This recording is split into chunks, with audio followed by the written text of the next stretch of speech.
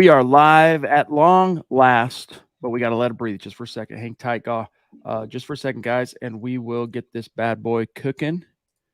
Kind of a hectic day for me, so apologies for running late. When we're like uber late, you can pretty much count on it. It's going to be a Sunday, so apologies. Thank you for your patience, and it looks like we're good. So welcome in, everybody. It is the Mile High Huddle podcast. I'm your host, Chad Jensen. With me, my fellow football priest. You know him, you love him, Zack Kelberman. Zack, not a ton by way of breaking news to really parse through over the weekend, although there are a few things newsworthy we want to get to. But before we get to the main topic of tonight's podcast, I wanted to see your thoughts on how Malik Jackson decided to call it a career, hang up his cleats, and retire from the NFL. Of course, former Super Bowl 50 hero. Yeah, I mean, he was on NFL Network last week, and the topic was players, the contract structures, taking less money, hometown discounts, whatever. And he said it was ridiculous, the offer that Malik Jackson got from the Broncos prior to him getting a massive deal from the Jacksonville Jaguars. From Malik's point of view, it sounds like the Broncos lowballed him, or at least were not willing to match the guarantees that Jacksonville gave him. I don't know how much bad blood still exists there, but it doesn't sound like he'll be signing any one-day contracts to retire a Bronco anytime soon. Yeah, it's a little disappointing because, that was a tough situation the Broncos found themselves in. Just to rewind the clock for a second, and why not? I mean, we're sitting here on July 16th, but training camp approaches. Not this week, next week. Stoked. But if we rewind the clock just for a moment here, and you think, okay, coming out of Super Bowl 50, Broncos had a big decision to make. They had a Derek Wolfe situation, and they had a Malik Jackson situation. Which one do you bring back? I think through the lens of history, the Broncos' decision to kind of err on the side of Derek Wolfe turned out to be the right one, even though Wolfe would go on to, of course, have some injury issues and whatnot. But Malik Jackson, he peaked in 2015. Let's be honest. He peaked in 2015. I would argue Derek Wolfe didn't peak until, honestly, that last year in Denver, right before he suffered that injury that cost him the last 4 games of the season, where he was leading the team in sacks. He was on his way to possibly a Pro Bowl and a huge payday. He ended up getting a little payday from the Baltimore Ravens, but I would argue the Broncos made the right decision. And I still give Malik Jackson his props, though. I mean, he's the guy that fell on that fumble, the first Von Miller strip sack in Super Bowl 50 that DeMarcus Ware was like trying to get to it, but Malik beat him to the punch, touchdown. And Von, that was like where we all knew, man, Von was going to be a monster today. I think the difference is, and you're right with what you're hinting at there, Jacksonville paid Malik for what he's done, and the Broncos paid Derek Wolfe for what he was going to do. I feel like the Broncos thought he was the better long-term investment. Maybe they thought Malik Jackson was like a Julius Thomas, like a one-year flash-in-the-pan product of the system, whatever, and they decided to go their separate ways. It's a hard, unenviable situation to be in, having to choose between those two players. But in Malik's case, he won a Super Bowl, he landed a big money contract, and now he goes and retires on his own timeline. So I think everyone wins in the end. There's another topic on this I want to grab real quick on Malik, but first, whenever we can avoid it, we do not want to keep the Duchess waiting. And by the way, in case you guys missed it last week, as I told you guys, I've got a Mac on the way. I decided to bite the bullet and go to the dark side and get a Mac.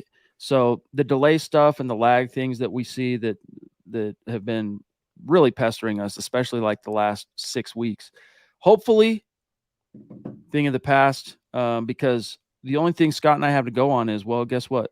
It never happens to Zach. Zach has a Mac. So that's what we're doing. Michaela, love you so much. Appreciate you.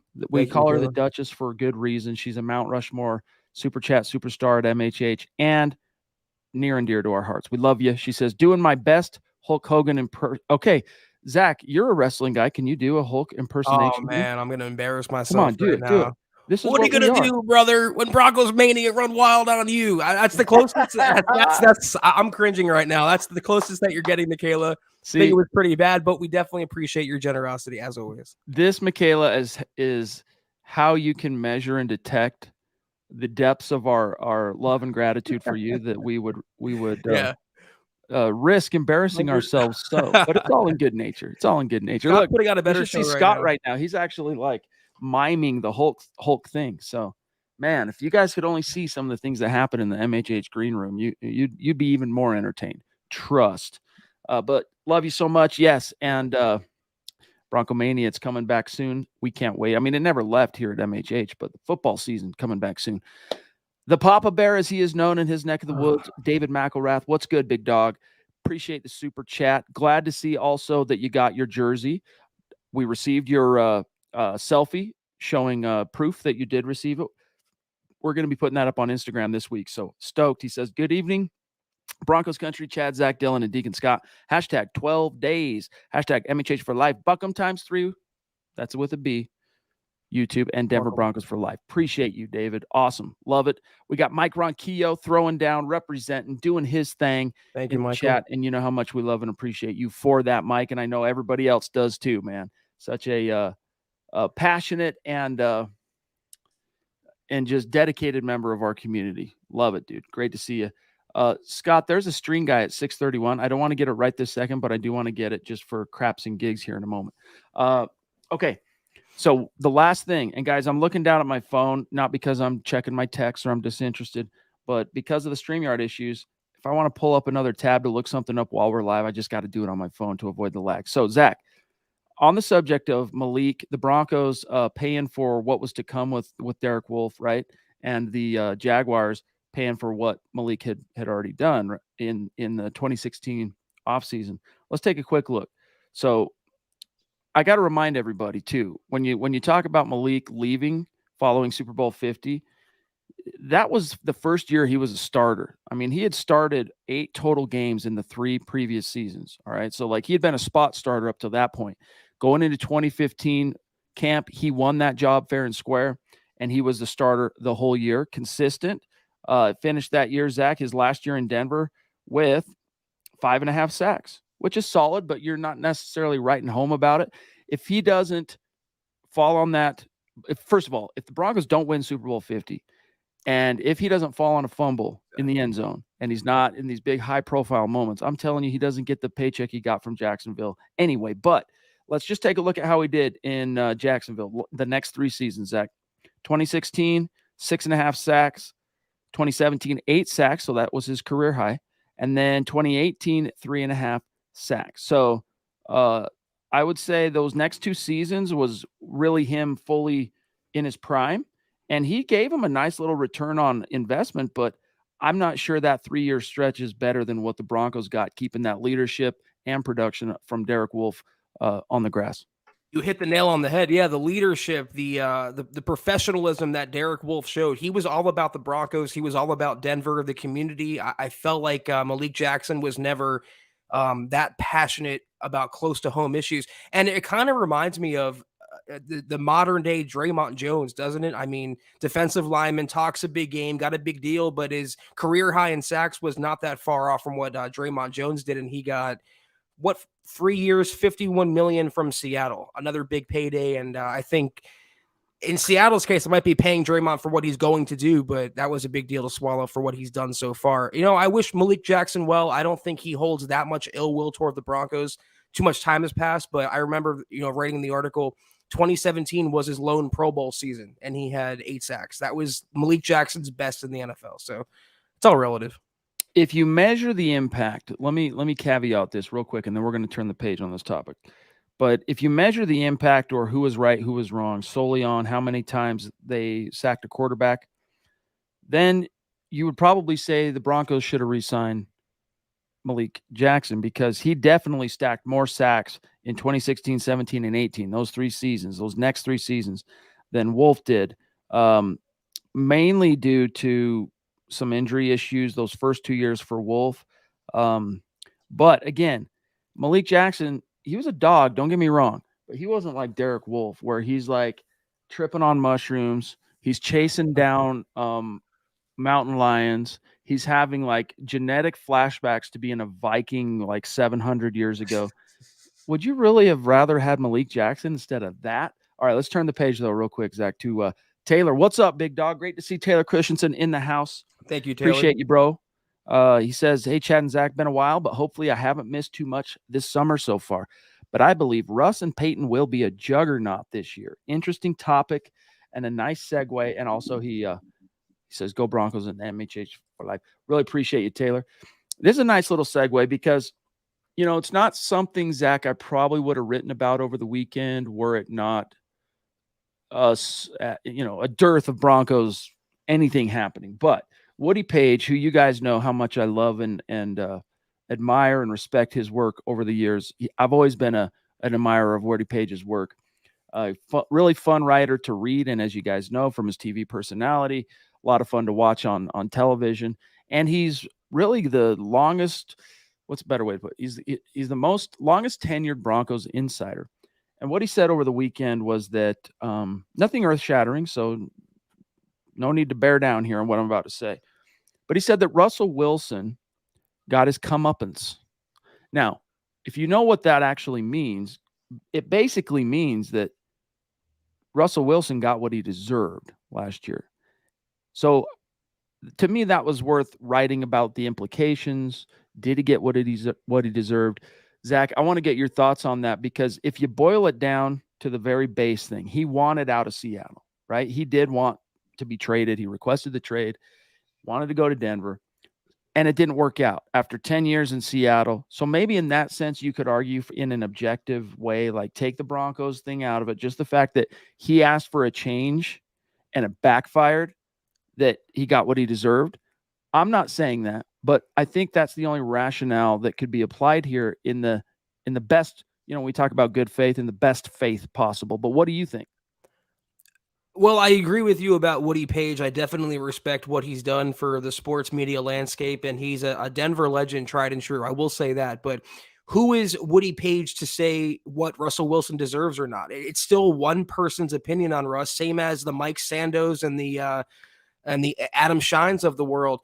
I understand where he's coming from. Russ wanted to cook. He wanted to be the guy. He wanted to be a pocket quarterback, yada, yada. But did he deserve an all-time failure at head coach, one of the stupidest head coaches we've ever seen? Did he deserve an offensive line that allowed a league-high 60 sacks or whatever it was, and he was getting hit on every other play? I mean, it was to an extent. He failed on his own, but the mitigating factors around him, the secondary, the auxiliary things, all were epically bad. And Russell Wilson did not deserve that. It's not his fault he got traded necessarily. It's not his fault the Broncos gave up what they gave up to trade for him. It's not his fault the Broncos ponied up that money when they did. And I think he was being punished for that. He didn't play well. I get it. But he had what in terms of help? Name one area where Russell Wilson had a plus positive net result. One area. You can't do it. Yeah, I mean, I disagree with the karmic, implication that he somehow got what he deserved, but he got what he asked for in a lot of ways too. And here's what I mean by that. The Russell Wilson subject, we get our dander up when national perspective tries to come in and on the surface try and clown him without fully knowing the whole story, or doing so in an unfair way, etc. With Russell Wilson, though, it's a little bit different thing, because there's nuance, I guess, is what I'm trying to say, because he did want the trade, and all those times in Seattle, Zach, all those years, at least the last 3 or 4 years he was there, the hashtag let Russ cook thing. If I could only just get an offensive coordinator or a head coach that would give me an offensive coordinator that would let me be the drop back passer guy, the pocket guy, the 40 times throwing 40 times a game guy, then I could be. This is if what we've read in some credible reporting is true. Then I could be a guy that's in the MVP hunt and da da da da da. And then he comes to Denver and he gets, the Broncos basically bend the knee on every single topic and subject. Even though they surrounded him with incompetent coaching, they did kowtow to him in those respects. And it's kind of inconclusive, because Zach, he either proved that he wasn't cut out for that. He wasn't cut out to be a guy that could be handing the keys in that way. Or maybe he still is. It's just that the scheme was bad. The coaching emphasis was bad. The entire philosophical foundation that he was trying to hashtag cook on was corrupted, so to speak. I mean, he lost the starting running back. He lost his most dependable receiver in Tim Patrick. He was throwing to a rookie tight end. He had the likes of Lloyd Cushenberry and Cameron Fleming in legitimate starting roles. He was getting hit or hurried on almost every drop back to the point that he was seeing ghosts out there. I mean, he was falling down when he didn't have to. He was getting visibly upset because the protection was breaking down. It's not to exonerate Russ at all. I mean, he owns his share of the blame, and we've said this almost every podcast since the season's ended. He knows that, we know that, but he had, and again, nothing else around him, not coaching, not offensive line play, not the running game, not the receivers, nothing else was a net positive around Russell Wilson. So how could we judge him off that and say he deserved all of that misery? Right. And that's the thing is I don't, especially with how badly, the entire NFL world became kind of infected with the kick him while he's down syndrome when it came to Russ, and just a lot of unfair pillaring of Russell Wilson. He didn't deserve that. Yeah, he can be a cornball sometimes. There are times like I agree with Mark Schlereth, maybe not to the same degree that he feels what I'm about to, the opinion I'm about to say, but I do agree with him on a base level that sometimes he can be, Russ, a little tone deaf, where you're like, come on, man, was that really the best time or place to do or say what you did, or etc.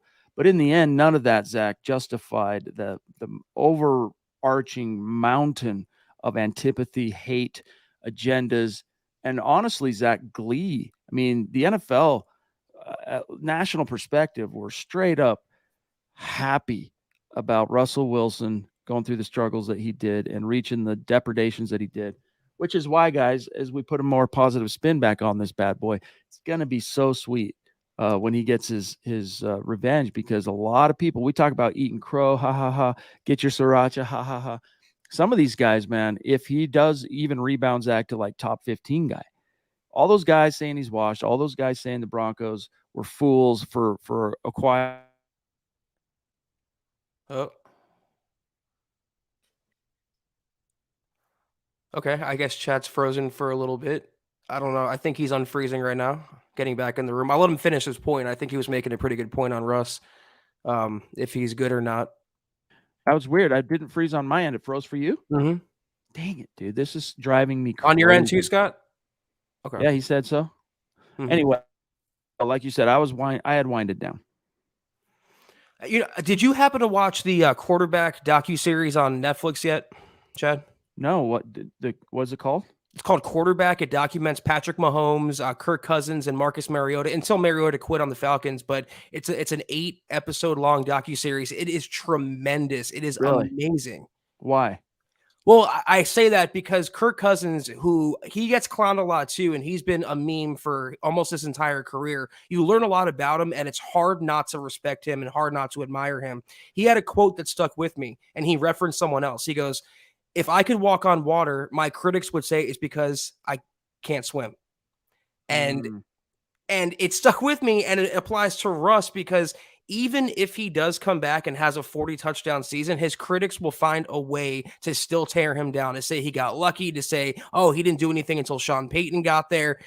But the most important thing is he wins these games, and you'll get most of the critics off his back. You get most of the hate that surrounds him away from him. I can't recommend that docuseries highly enough. And Kirk Cousins' career kind of right now aligns with the hate that Russell Wilson's getting, and that quote applies perfectly. That is a really cool quote. Thank you, Michaela. Great to see you. Thank you. Appreciate the super sticker. Give our best to Cooper. Awesome to have you in the chat. I haven't watched that because I generally, Zach, avoid media that features, Patrick Mahomes as like the main thing. I don't know. That guy just bugs me. That's still, and maybe I shouldn't this far in, like 10 years of doing this, like maybe that shouldn't, the fan in me should have been buried completely by now. But first of all, I can barely stand the sound of his voice. He's got such a weird Kermit the Frog voice thing going on. But even if I get past that, then I just get annoyed because, gotta admit, it's like holy envy, right? Like the dude just oozes excellence. But upon your recommendation, I'll go back and watch this. It covers I've never seen access like this show, like team psychiatrist, the training room, the car rides home, like the day after parade after winning the Super Bowl. It's hard for Broncos country to stomach that, but even if you focus on the Kirk Cousins bits, it's the access of the show is tremendous. Come on. Hold on, this thing's frozen. I was trying to do the superstar thing. How long until your Mac gets there? This week, hopefully. Come on, baby. There we go. Naj, thank you. Scott, you just pull it up, dude, because I don't want to do my StreamYard just completely changes my whole computer anytime I open up another tab. So if you wouldn't mind pulling up the super chat rankings for this month, that would be awesome. Naj in the house. Hey, what's up, big dog? Hope you're doing well. We're inching ever closer. Training camp going to be here before everyone knows it. So is the MHH meet and greet in October. So looking forward to seeing you then, big dog. He says, hey, brothers, just showing some appreciation. Hope all is well, my brothers. Yes, all is well. And definitely helping keep the lights on and getting that Mac coming, getting that Mac on the way, all our super chat superstars. So appreciate you, big dog. Hope you're doing well. All is well and getting better considering we're almost, a week and change out from training camp. So here's the super chat rankings for the month of July. Normally we would have this out to you much sooner. You'd be in the loop on where the rankings are, but it's, this is also NFL players. They do their vacationing. They do their different things this time of year. We kind of do the exact same thing because that's where our opportunity is. So we've been a little delayed, but as you know, each and every month we take the top 10 finishers on Super Chat on YouTube. Names go in a hat. We do a drawing. Winner gets to choose a Broncos jersey. We get it shipped out to them. It's a small thank you for the support we get. And here's how here's what we got here. Number one, currently 16 days. So this doesn't count today, but Michaela is number one. FA at number 2. GLP, the swashbuckler himself, Gary Palmer at 3. Troy at 4. Really cool. David McElrath at 5.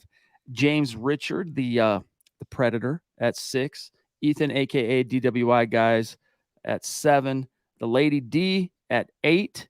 Sam Bam, number 9. Love it. Love it. And Rob Bucksbaum at number 10. So then just a couple names outside the top 10, like Zeus McPeak. And Naj is tied in the top 10, too. So for what it's worth.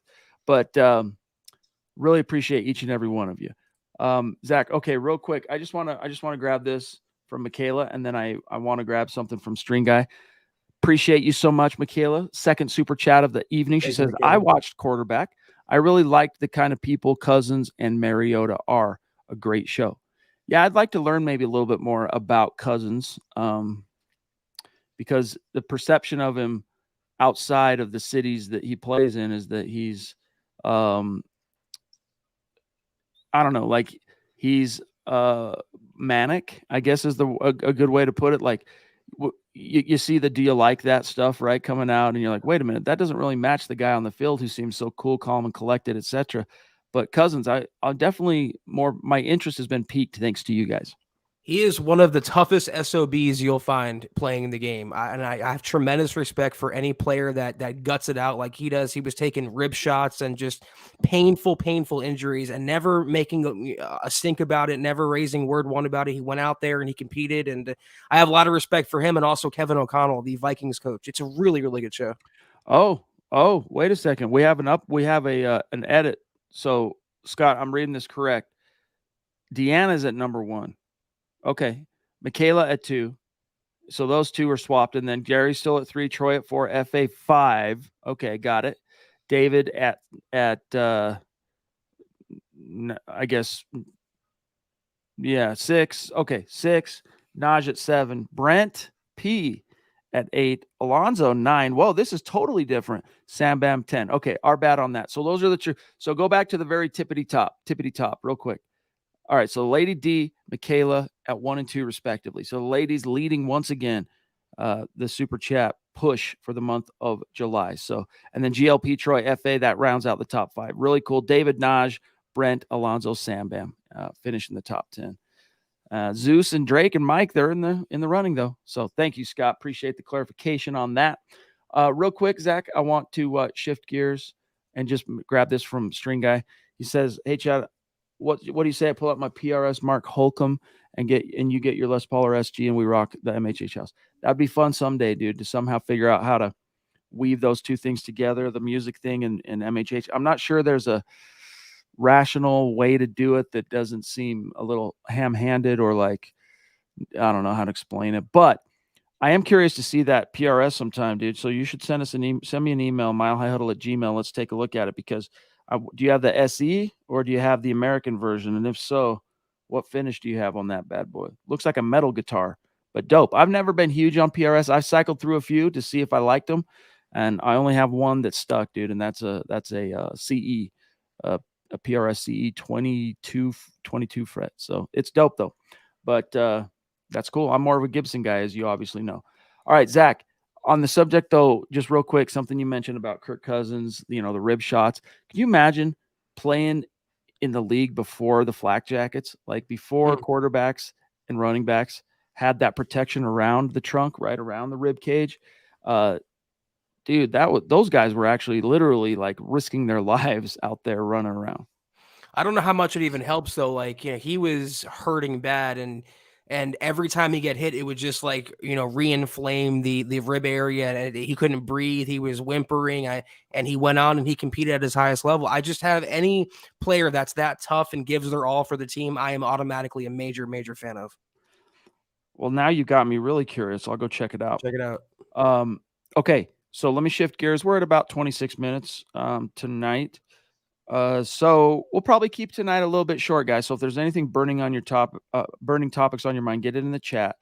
But Zach, a couple things I wanted to get your take on. An article over the weekend. This was a conversation that Tony Jones Jr., right, new Broncos running back, former Saint, had with the Denver Gazette's Chris Thomason. The most interesting aspect of his conversation, there's a few quotes, but Jones, when he first got to Denver, right, he's one of the bridge guys. He's a guy that had played with Payton in the past in New Orleans. Him, along with later Adam Troutman, Lil Jordan Humphrey, Marquez Callaway. I might be missing one other guy, but there was eventually a few guys that players could go to. But out of the gates, you had Jones. And so he was getting asked a lot by his new teammates, what kind of guy is Sean? So I just want to grab this quote, what he says he told his new teammates. Quote, guys asked, is Sean kind of a rah-rah coach? Was he going to work guys harder? I'd tell him, Sean's going to work you, but he's also going to give you the time and tools to recover. Sean's a smart guy, and he's going to put us in the right spot to win, close quote. So, Zach, the Broncos are definitely getting back to a more traditional approach to practice, preseason, training camp, all that stuff. But it's not oblivious. This is not a coach that is oblivious to some of the downsides to that traditional physical, we're going to grind you through the summer type thing. He'll be smart about how he does it. But what are some of your takeaways from Tony Jones? Well, look what he did when he came to Denver, Sean Payton. Instead of pushing to phase 2 of the offseason training program, the Broncos stayed in phase 1 for a week longer or so, and it was running and lifting and physical rehab, strength and conditioning, the basics. He's going to push them hard, but he's going to take care of them at the same time. It's not one or the other. He's a very old school, traditional, smash mouth coach cut from that Bill Parcells cloth where training camp's going to be tough. They're going to be intense practices. Pads are going to be popping, but that is how you create a tough, disciplined, physical football team. And the last time the Broncos were that has been quite a while. Well said, my friend. And they just have to restore some of these things. I mean, the Broncos rolled the dice on a coach whose innovations they thought might be like 4D, right? Like, oh, Nathaniel Hackett's going to come in and the Broncos, we're going to be playing 4D chess now. And it turned out to be, obviously not the case, blew up in their face. Broncos were ill prepared for the season, and we know how that came out. Not just Zach in terms of execution. They just didn't seem to be on the ball, generally speaking. But, of course, they were not honed to the rigors, pressure, physicality, stressors, all that of the season because it was basically Club Med from the beginning of training camp till the season opener. interesting news, guys. I don't know if y'all caught this, but as we learned back in April, the Broncos are going to be rolling out a new helmet design, call it an alternate helmet design, kind of like how Color Rush has been an alternate helmet for 2 games. They're doing that this year with a new alternate helmet, Zach. It seems, based on some of the hints we've gotten from Broncos social media posts, that it's going to be kind of a white-based motif, like maybe because the Broncos helmets have always been blue, one form of blue or another. And it seems this helmet might be more like white with whatever designs on it instead of blue with whatever designs. But we learned, Zach, that the Broncos are going to unveil the helmet on Tuesday, July 25th. And the new helmet will then be featured in, quote, fan-facing promotions during Denver's Back Together weekend practice, which is that next Saturday, July 29th. The Broncos will bring back the alternate helmet display showcase at the team's final training camp practice, which is scheduled for August 17th. So fans will be able to see what these helmets look like. In other words, though, Zach, finally, July 25th. So that's the day the rookies report for training camp. Camp officially gets underway on the 28th. So that'll give us something to look forward to next week as well. Yeah, I'm not the biggest aficionado, or I'm not that into jersey changes or helmet changes. I am generally a fan of the all white look. Like, it's very clean and sleek looking to me. So it should be interesting. But again, I don't care if they're wearing a leather helmet from the 1930s. As long as they win football games, that's all that matters to me. There are some interesting white oriented helmet designs that fans have made out there. Like there's a good Instagram channel called Insta Broncos that does a lot of fun like designs like that. Shout out to whoever runs that. Pardon me, I don't know your name. But there's some fun stories out there. Andrew Baker in the house. What's up, dude? Love y'all. He says, sorry, it's been a minute. Be back soon with a vengeance. MHH for life. Great to hear it, bro. Hope you've been well. We have missed you. We've missed your musk, that's for sure.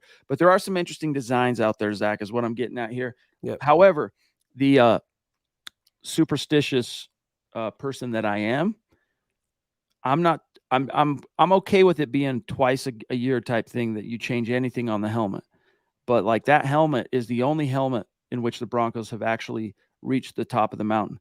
Got there 4 times prior to the new helmet design. When I say new, that of course came into effect in 97. And what didn't you know? They went and won the Super Bowl the very first year that new helmet was in effect. So I kind of err on the traditional aspect of it, just because I'm a little bit superstitious. What's the Michael Scott quote from Office? A little stitious. Yeah, I'm not superstitious. I'm a little stitious. That's me. I want to amend what I said. I actually do have 2 conditions. The Broncos don't wear the all orange uniforms. They don't wear the UPS uniforms. Regardless, anything other than those 2 things, I'm cool with. But we'll see how the all white helmet looks. It'll be fun. All right, just a couple things in the chat. I just want to say hi to a few people. It is good to see you, Andrew. Hope you have been well. Looks like Michaela Israel says she's going to be at camp, sounds like, August 9th. Excited to wear the jersey you helped me win. Yes, she's talking, of course, to Michaela Parker. That will be dope. Hopefully you guys can connect there. There will be an MHH presence for training camp. Luke will be there every single day. Tom will be there for part of it. Zach and I still up in the air. We'll let you know on that as soon as we can. Great to see you, Pat, in Hawaii, saying aloha, priest. Love it. Great to see you. But Zach, there are a few other topics that I want to, just one other topic I want to get to before we dip out of here. Scott, if you wouldn't mind doing a share screen for me on this one, I don't want to read it from my phone. If you just go to the site, I think it's the top story, Eric Trickle's 5 bold predictions for the offense. I want to get your take on this. While he's getting it queued up, I'll go ahead and throw the first one off. And, as the editor here, I titled this Not So Obvious Bold Predictions, because it's easy, Zach, for a bold prediction to be like, hey, Russell Wilson's going to throw 40 touchdowns. Like, okay, yeah. Or, Javonte is going to rush for 1,200 yards and double-digit touchdowns. Or Jerry Jeudy, finally, 1,500 yards in a Pro Bowl. These are a little bit deeper under the surface type of predictions here. And the first one is, pardon me, as you can see on the screen, is that Trickle's predicting that the Broncos finish with 2,700 rushing yards as a team, which, if you read the articles, that have some pretty interesting implications. But let me just read one little piece here, right there, where he says, for the 2022 season, 3 teams broke 2,700 yards rushing. Two of them had over 900 yards rushing by their respective quarterbacks. Those 2 teams were the Chicago Bears and Baltimore Ravens, with the Atlanta Falcons, of course, being the 3rd team to break 2,700 yards rushing. So how did it really shake out for those teams in terms of the grand scheme? Not great overall, but 2,700 yards, easier said than done. He goes on to explain a few other things that tie into this with his predictions. But what do you think? 2,700 yards. You'd have to have a huge rushing season, right, as a quarterback. Plus, you'd have to have some just massive running back contributions. Yeah, I'm just thinking to myself, like, where are these yards coming from? I could see P. Ryan getting 1,000, or I can see a healthy Pookie getting 1,000 over the course of a 17-game season. But unless Russ turns into Lamar Jackson, and sorry, that's not happening at 35 years old, I see no way they hit that number. I mean, even with 2 good running backs in that stable, I mean, I could see 2,000. I can't really see 2,700. It would be not easy to get there. It would definitely come with its own fair share of implications. Let's grab to the second one here. And really what he's hinging that on is, I think, this is, again, a bold prediction, and not so obvious, but still bold prediction.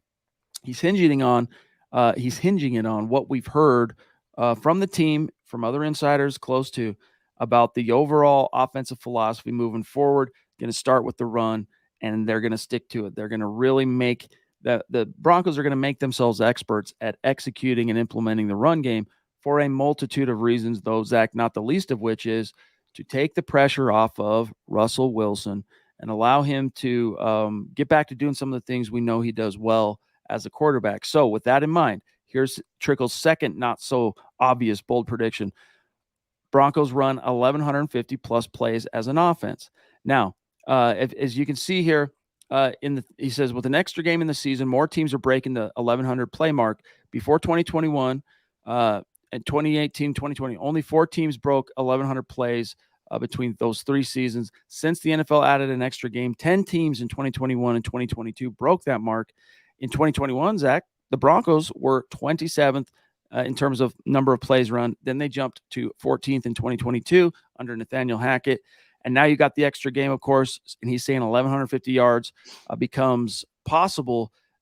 But it really hinges, as he mentions here, Zach, on not only being run heavy, but being successful in your run heavy. You got to be able to actually move the chains with your rushing attack. But not a sexy thing necessarily to talk about. It's like, because fans don't fully understand the implication of what that, like, it's easy to go, hey, 1,000 yards, or like the first one, 2,700 yards or whatever. But 1,150 plays, what it means is you're staying on the field, you're eating clock, and you're probably scoring, Zach. I would like to know how many plays the Saints ran in 2020, for example, or what Sean Payton's penchant is and how up-tempo his offenses are. I don't know enough about him personally. I could go back and watch, but if they were, what was it, 17th last year in plays ran, something 14th. like that? 14th. If they can hit that mark, considering how many times, Chad, they went 3 and out or turned the ball over, in a Sean Payton competent offense where they're going to stay on the field and have long, extended drives, I can see that prediction coming true for sure. Here's the third one. Fewer than 35 sacks allowed. Got to remember, last year, the Broncos relinquished a league-high 63 sacks on the quarterback. 55 of them were on Russell Wilson. Remember, the Broncos led the NFL in sacks in 2015. That Wade Phillips defense, 52 sacks, led the NFL. Russ was sacked 3 times more than that, and the Broncos still went on to give another 8 more sacks beyond that. Etc. So with everything in place, Zach, talking about the running game emphasis, the upgrades on the O-line, etc., 35 sacks, considering that Russ has only been sacked fewer than 35 times twice in his career, do you see that as a attainable goal? Oh, man, if they can almost cut the sacks in half, essentially, Russell Wilson, I guarantee you, will be a top 12, if not top 10 quarterback. And if Russ is a top 12 or top 10 quarterback, the Broncos are going to win a lot of football games this season. I hope it's that number. I mean, sacks are inevitable. They're a quarterback stat as much as they are an offensive line stat, but there is no reason why they should even sniff 63 sacks, even with Lloyd Cushenberry, for example, still holding down center. So 2020, this was that was Drew Brees' last year, right? Wasn't 2020 his last year, and then Payton stuck around one more year? Or I am think I Jameis was misremembering starting that? in 2020. Okay, so thank you, Scott. The Saints ran 1,016 offensive plays in 2020. So close to that 1,100 mark, like barely missing it. For what it's worth. All right. Next one, fewer than 20 turnovers as a bold prediction, Zach. So some background on this. In 2021, the Broncos did hit this mark, turning the ball over 18 times on offense. That increased to 24 turnovers in 2022. So this bold prediction is hardly implausible. Cutting down on 9 fumbles and 15 interceptions from last season shouldn't be that difficult on Payton's watch. And then he goes on to explain, too, it'll be helpful that the biggest perpetrator of the fumble, Melvin Gordon's no longer around. Yeah, exactly. You won't have to worry about him fumbling 5 times in a given season. I have a feeling though with Russ and Payton, Russ is going to be super efficient, so I think his interceptions will come down from last year, and he'll have 28 TDs to 8 or 10 picks, and I think that would be a solid stat line for him. Fumbles are a part of the game, but fortunately, you have 2 solid running backs in Pookie and P. Ryan who are sure-handed in the backfield. That's a help. Wild, check this out. So as mentioned, in 2020, the Saints under Payton ran 1,016 plays. The next year, his last year as head coach, fewer. And then in 2019, they ran 986 plays from scrimmage. So interesting. All right. Last one here from Eric Trickle, the last bold prediction. Broncos will score on 40% of their drives. And as he mentions here, Broncos fans may have forgotten what it feels like to score points at a respectable rate after watching the team score on just 28.6% of its drives in 2022, last year. The Broncos scored on nearly 37% of their drives in 2021, which was the only year they were higher than 33%, Zach, since 2018. So the odds of the Broncos scoring 4 out of 10 drives, what are your thoughts? Well, again, I need context to know what's really good, what's average. How often did Kansas City score on their drives, for example, and then we'll compare. Yeah, go ahead. Oh, sorry. Let me just give you some context. Maybe it doesn't include the Kansas City Chiefs, but on scoring 40% of the drives. All right, he says the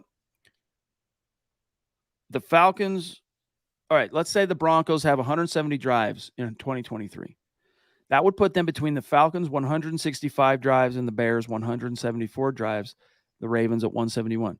Using those teams as a benchmark because they were the 3 teams to break 2,700 yards rushing in 2022. With the Broncos being a run-heavy time of possession team, they will have fewer drives, ostensibly. So succeeding on 40% of those drives would mean 68 scores this season. That's about probably as far as what he lists in the article, the most context we got here. It sounds like it'd be pretty average or above average, but that would be a step up from what, he wrote, the Broncos have been in quite a while, in 5 years now. If it was 37% or whatever in 2021 with the likes of Pat Shurmur, Teddy Bridgewater, yada, yada, I have faith that they can push that number to maybe 45 if all things click. And that's the big caveat here. The running game needs to gel fast. The offensive line needs to come together and have chemistry. Russ, most importantly, needs to take 2 or 3 steps forward as a passer and as the quarterback of the team. But if all those things happen, all the stars align, they score 45% of their drives. I mean, that's a lot of points scored, a lot of ball games won.